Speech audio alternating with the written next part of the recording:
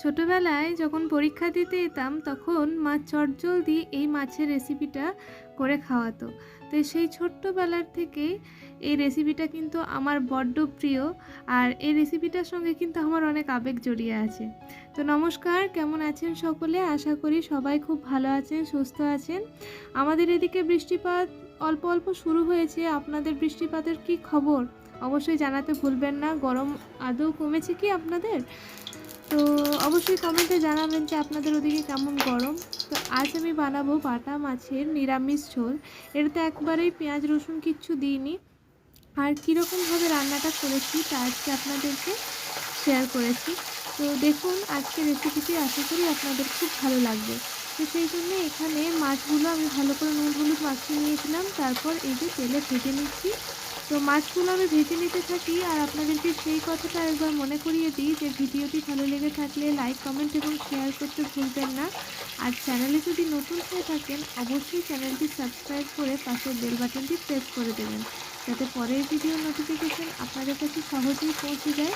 তো মাছগুলো এভাবেই উল্টে পাল্টে আমি সব মাছগুলো ভেজে নেব।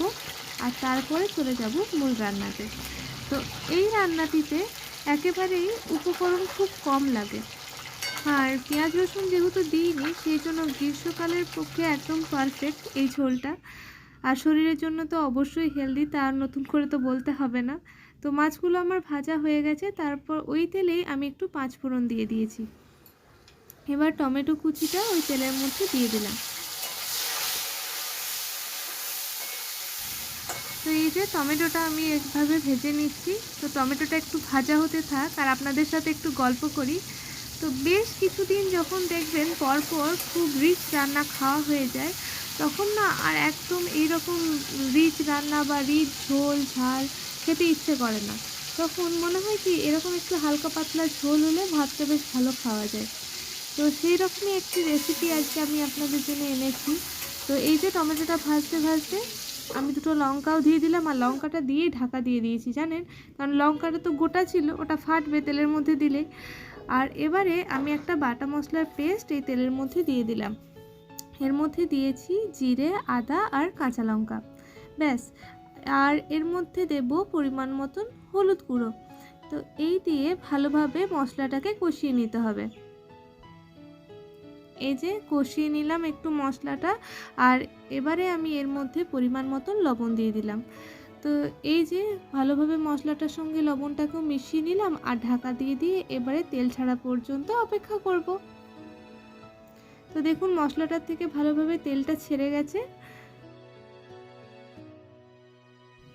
তো এবার আমি এর মধ্যে পরিমাণ মতন জল দিয়ে দিচ্ছি।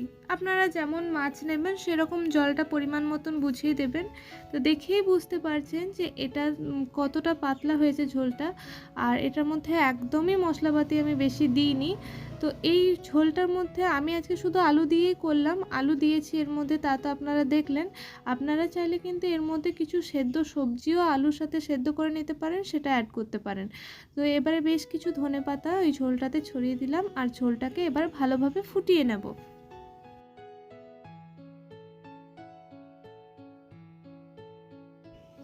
তো ঝোলটা ভালোভাবে ফুটে গেছে। এবারে যে মাছগুলো ভেজে রেখেছিলাম সেগুলো একে একে দিয়ে দেব। আর বেশিক্ষণ সময় লাগবে না। এবারে ঝটপট মাছটা একটু ফুটে গেলেই আমরা ঝোলটা নামিয়ে নিতে পারবো।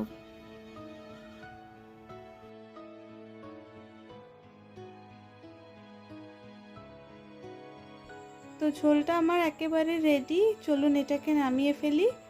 তো দেখলেন তো যে কত সহজে এই ঝোলটা তৈরি হয়ে গেল, কত স্বাস্থ্যকর উপায়ে আমি তৈরি করেছি, তা তো আপনারা দেখে বুঝতেই পারলেন। তো আজকের ভিডিও আপনাদের কেমন লাগলো জানাতে অবশ্যই ভুলবেন না। আর ভালো লাগলে লাইক কমেন্ট এবং শেয়ার করুন। চ্যানেলে নতুন হয়ে থাকলে চ্যানেলটি অবশ্যই সাবস্ক্রাইব করে দিন। দেখা হচ্ছে আবার নেক্সট ভিডিওতে। ধন্যবাদ।